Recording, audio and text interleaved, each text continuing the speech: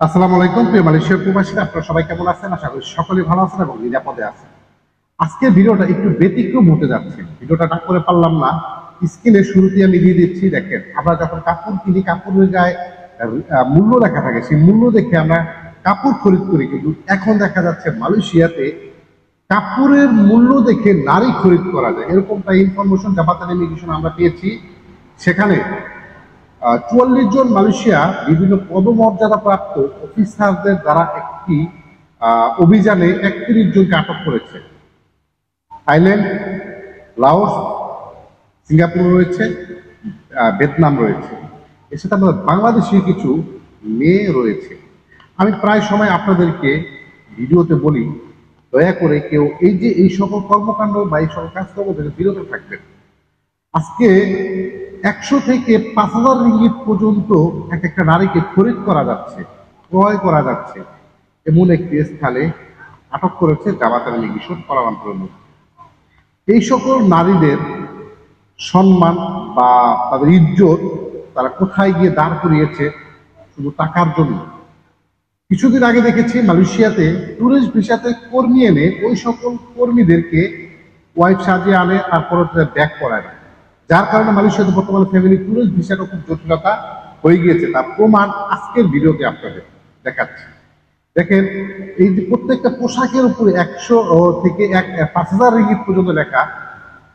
Actually কি সিস্টেমে যেই এলাকাতে আটক খেয়েছে ওই এলাকাতে একটি আবাসিক হোটেল বা একটি হসপিটাল সিস্টেম, সেখানে মালয়েশিয়ার লোকাল তারা একটি টোকেন দেবে, হসপিটালের মধ্যে একটি স্লিপ দেবে, ডাক্তারের সাথে অ্যাপয়েন্টমেন্ট দেখা করার জন্য এরকম একটা স্লিপ দেবে। সেই স্লিপের দ্বারাই সে কাপড় চয়েস করে, সেই কাপড়ের অনুযায়ী সে পাবে নারী। তাহলে দুনিয়াটা কোথায় গিয়ে দাঁড়িয়েছে? আজকের তথ্যটা প্রত্যেকটা প্রবাসীর জন্য মোস্ট ইম্পর্টেন্ট।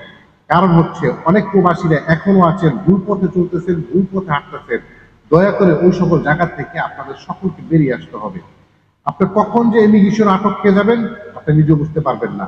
আটক খেলে সেটা মুখ্য বিষয় না, কিন্তু আপনার সম্মান, আপনার ইজ্জতটা কোথায় গিয়ে দাঁড়াবে? কোথায় আপনার পরিবার, কোথায় আপনার ফ্যামিলি, কিভাবে তাদের সাথে আপনি সমন্বয় করবেন? ইমিগ্রেশন থেকে যে তথ্যটা পাওয়া হয়েছে, সেই ক্ষেত্রে এখানে কিন্তু জরুরি নোটিশ জারি করে দিয়েছে সকল প্রবাসী থেকে শুরু করে সকল ব্যক্তিদেরকে এই সকল জায়গা থেকে সরে আসতে হবে। এই অপকর্ম বা খারাপ কাজ এই সকল প্রবাসীদের না। এটা আসলে আমরা কেন করতে দেবো? এখানে বাংলাদেশিদের নাম কেন আসলো ভাই? এই বাংলাদেশিদের নাম আসাতে আজকে যারা টুরিস্ট ভিসাতে মালয়েশিয়াতে আসবে ভিজিট করার জন্য, ঘোরার জন্য, পরিবার ফ্যামিলিকে নিয়ে আসবে, তাদের কত বড় জটিলতা, কত বড় ভ্রান্তির শিকার হতে হবে, সেটা একমাত্র যে সকল ফ্যামিলিগুলো মালয়েশিয়াতে তার হাজবেন্ডের কাছে আসে, একমাত্র তারাই বুঝতে পারে। দয়া করে এই সকল অপকর্ম, এই সকল খারাপ কাজ থেকে প্রত্যেকটা প্রবাসী, সেটা পুরুষ হোক বা মহিলা হোক, দূরে থাকতে হবে। এখানে প্রত্যেকটা পুরুষ তারাও এই সকল কাজে লিপ্ত রয়েছে। অনেকে এই সকল গ্যাং, এই সকল চক্রগুলো পরিচালনা করে থাকেন। টুডে আর টুমোরো, পরবর্তী কিন্তু আপনারও বড় ধরনের ঝামেলা করতে হবে। তো প্রত্যেকটা প্রবাসী এই সকল জায়গায় যাওয়া থেকে বিরত থাকবেন, যারা এই সকল ব্যাপার থেকে জড়িত আছেন তারাও দূরে থাকবেন। মালয়েশিয়াতে দিন দিন আপডেট হচ্ছে, বিভিন্ন বিষয়গুলো পজিটিভলি হচ্ছে। এখানে ভাত থেকে শুরু করে এ সকল খারাপ নিশা বা এই সকল নারীর কাজ কেলেঙ্কারি থেকে সকল দূরে থাকবেন। যে কোনো জায়গায় যে কোনো মতো অপারেশন দিতে পারে। আপনি এনজয় করার জন্য, মজা করার জন্য যাবেন, আপনার নসিব খারাপ হলে ওই জায়গাতে আপনার স্পটে মান সম্মান ধূলিসাৎ হয়ে যেতে পারে। সকল প্রবাসীদেরকে বলবো, কষ্টের টাকা পরিবারকে দেন, পরিবারকে জোগাড় দেন, পরিবারের সাথে সমন্বয় করেন, সেটা ভালো। অযথা এই নোংরা টাকা, এই পাপের টাকা ইনকাম করে এগুলা চিরস্থায়ী না। সকলেই এই সকল জায়গা থেকে বিরত থাকবেন। যেহেতু বাংলাদেশিদের নাম এখানে উঠে এসেছে আনুষ্ঠানিকভাবে, আমি মনে করি বাংলাদেশের জন্য এটা লজ্জাজনক, খুব হতাশাজনক, নিন্দাজনক। এতে প্রত্যেকটা প্রবাসীর উপরেই বড় ধরনের খারাপ প্রভাব পড়বে মালয়েশিয়ার প্রশাসন দ্বারা।